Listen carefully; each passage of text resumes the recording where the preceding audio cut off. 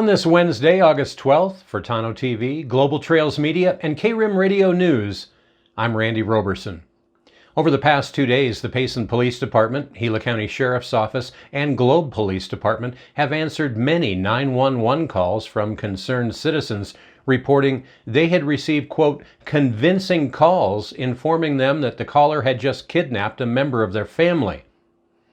Often the caller has accurate personal information of the family member that included the specific name of the relative and the location of where they live. Community members are reporting that these calls begin with the sound of someone crying and screaming for help, attempting to simulate the relative in distress. During these calls, there is normally a demand for money for the safe return of that family member and a threat to not contact law enforcement. The calls received recently have displayed an area code of 525, which originates in Mexico. Police want to inform the community about the high concentration of scam calls currently being received and to not be alarmed if you receive one. These calls are designed to be unsettling and to convince you to meet their demands quickly before confirming what they're telling you. As a reminder, this type of scam call is common. PD says don't provide any personal information or payment of any kind. If you receive one of these calls and have additional concerns, or if you cannot verify the safety of your loved one, you can still contact the Payson Police Department at 928-474-3288 or your local law enforcement agency. And in other news, the Arizona Department of Health Services has announced public health recommendations for the eventual safe reopening of paused businesses in the state of Arizona. Now, back on June 27th, Governor Doug Ducey issued an executive order pausing of Arizona's reopening. This paused reopening of several specific industries with operations that are considered by public health to have a high risk of spreading COVID-19, specifically gyms and fitness centers, bars and nightclubs, water parks and tubing, and movie theaters. It also limited indoor and outdoor gatherings to no more than 50 people. Since this pause, Arizona has seen a decline in numbers of those testing positive for COVID, an increase in hospital capacity, and an improvement in other indicators. On July 23rd, that order was extended with a review every 2 weeks. Well, ADHS says that they've been working with several of these industries on guidelines for an eventual reopening and is recommending the following plan based on the Centers for Disease Control and Prevention, the White House Coronavirus Task Force metrics, and expert advice from medical and public health community.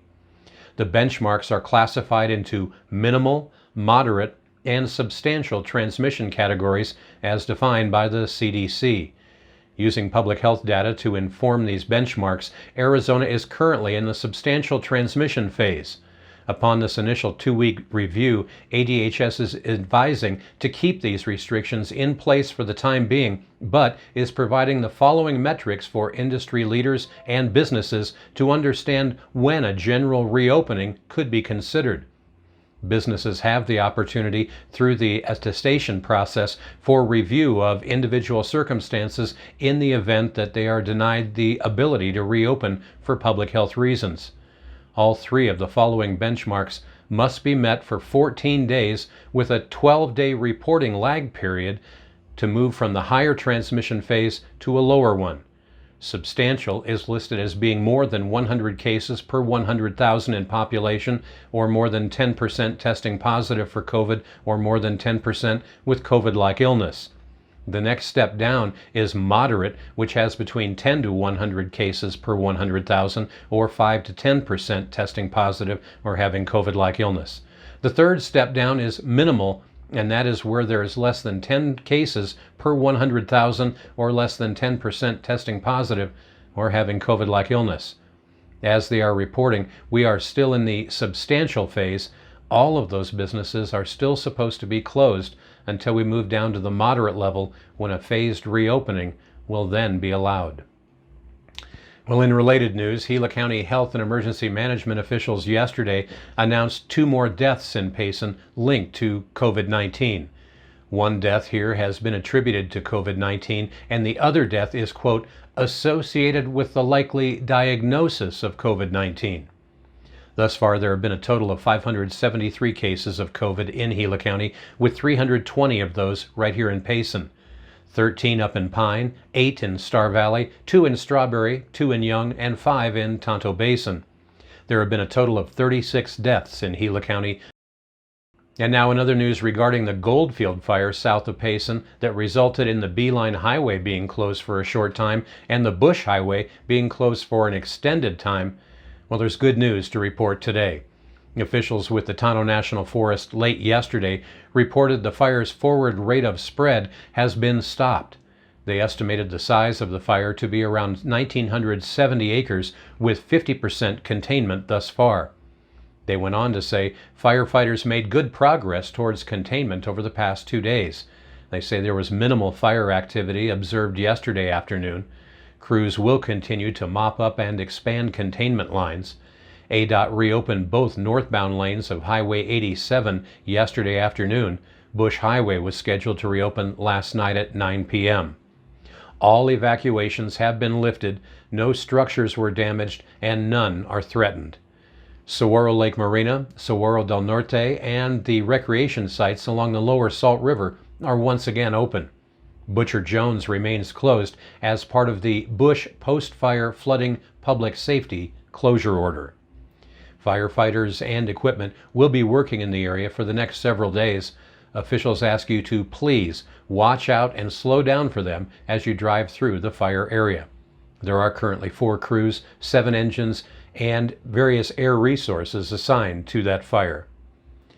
And finally, in Rim Country weather, increasing moisture and greater chances for showers are expected today and Thursday, with the best chances expected from the Mogollon Rim and White Mountains southward.